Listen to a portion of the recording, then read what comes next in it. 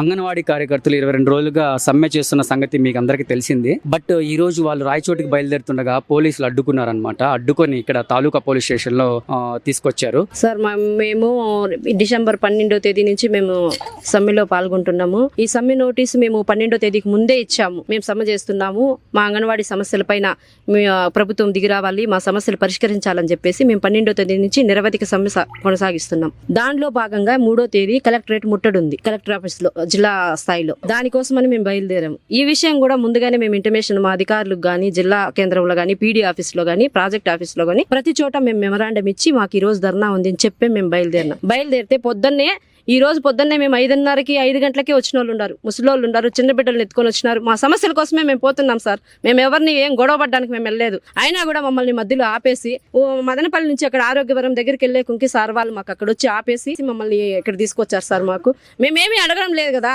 మేమేం అడుగుతున్నాం సార్, మాకు కనీస వేతనం ఇవ్వండి, మినీల్ని మెయిన్ వర్కర్లుగా గుర్తించండి, ఆయాలకు ప్రమోషన్లు ఇవ్వండి, రిటైర్మెంట్ బెనిఫిట్స్ ఇవ్వండి. మేము అడుగుతున్నవి సామాన్య విషయాలే కదా, మేమేం ఎక్కువ కోరడం లేదు సార్ వాళ్ళని. మేము అంటే ప్రభుత్వం నుంచి మీకు విధుల్లోకి హాజరు కమ్మని చెప్పి ఏమైనా నోటీసులు వచ్చాయా సార్? 5వ తేదీ చెప్పారు సార్. మేము ఒక 10 డిమాండ్లు మేము పెట్టాము వాళ్ళ ముందర. ఆ 10 డిమాండ్లలో 3 ముఖ్యంగా చెప్పాము. కనీస వేతనం 26,000 ఇవ్వాలని చెప్పేసి, మినీ వర్కర్లు మెయిన్ వర్కర్లా చేయాలని చెప్పేసి, తర్వాత వచ్చి రిటైర్మెంట్ బెనిఫిట్స్ ఇవ్వమని చెప్పి, ఈ 3 అన్నా మాకు నెరవేర్చండి, మేము మా సమ్మె విరమించుకుంటాము అని చెప్పి మేము చెప్పాము. అయినా కూడా ప్రభుత్వం చెల్లించకుండా దీనిపైన తప్పుడు ప్రచారం ఒకటి చేస్తుంది సార్. అంగన్వాడీలు సమ్మె చేస్తున్నా అంటే మాకు ఇచ్చేసి, మాకు జీవో ఇచ్చేసి ఉంటే మేమెందుకు సార్ సమ్మె చేస్తాము? సో మీరు రాయచోటికి వెళ్ళి ఏం చేయాలనుకున్నారు? అక్కడ మా నిరసన తెలియజేసి ప్రభుత్వానికి మా డిమాండ్ల గురించి, మా బాధల గురించి విన్నవించుకోవాలా, కలెక్టర్ గారికి మేము అర్జీ ఇవ్వాలా అని చెప్పేసి ఈ రోజు కలెక్టర్ ముట్టడిలో భాగంగా మేమందరూ అక్కడికి వెళ్ళాము. అక్కడికి వెళ్ళాలని చెప్పేసి మేము ఇంతమంది సిద్ధమై అక్కడికి వెళ్ళాము. కనీసం మేము అక్కడికి వెళ్తే కదా సార్ మా బాధలు మేము చెప్పుకోవడానికి. ప్రభుత్వం ఇక్కడ ఎక్కడికక్కడ మమ్మల్ని నిలబెట్టేస్తుంటే మా బాధలు మేము ఎట్లా చెప్పుకోవాలా వాళ్ళకి?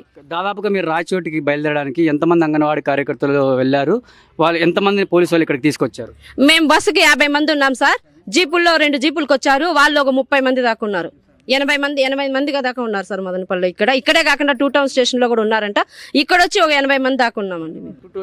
అంగన్వాడీ వర్కర్స్ అండ్ హెల్పర్స్ ఈ రోజు అన్నమయ్య జిల్లాలోని రాయచోటిలో కలెక్టర్ ఆఫీస్ ముట్టడి ప్రోగ్రామ్ కి ఒకటి ఇవ్వడం జరిగింది. వారికి అందరు కూడా ముందరగా అక్కడ వెళ్ళకూడదు, అక్కడికి వెళ్తే మీరు ఏదైనా కాగ్నిజబుల్ అఫెన్సెస్ ఏదైనా చేస్తారని చెప్పేసి ముందుగా వాళ్ళకందరూ కూడా నోటీస్ ఇవ్వడం జరిగింది. అయినప్పటికీ కూడా వాళ్ళు అక్కడికి వెళ్లే ప్రయత్నం చేసినందుకు మా మహిళా పోలీసుల యొక్క సమక్షంలో వారిని కూడా అక్కడికి పోకుండా, అక్కడ ఏదైనా కాగ్నిజబుల్ అఫెన్సెస్ జరుగుతాయని ప్రివెంటివ్ గా వాళ్ళని ప్రివెంట్ అరెస్ట్ చేయడం జరిగింది. సార్, ఇప్పుడు వాళ్ళని అరెస్ట్ చేసే ముందు ఉన్నతాధికారులు ఏమన్నా ఆదేశాలు ఏమన్నా జారీ చేశారు మీకేమన్నా? అవును, అంటే హైయర్ అఫీషియల్స్ అక్కడ కాగ్నిజబుల్ అఫెన్సెస్ ఏం జరగకుండా, అక్కడ ఎలాంటి ప్రొటెస్ట్ ప్రోగ్రామ్స్ ఏవి జరగకుండా వాళ్ళని కట్టడి చేయమని చెప్పేసి మనకి ఇన్స్ట్రక్షన్స్ ఉన్నాయి. సార్, ఇప్పటి వరకు అంగన్వాడీ కార్యకర్తల్ని ఎంతమంది అదుపులోకి తీసుకున్నారు? వారిపైన ఏమన్నా కేసులు నమోదు ఏమన్నా చేశారా?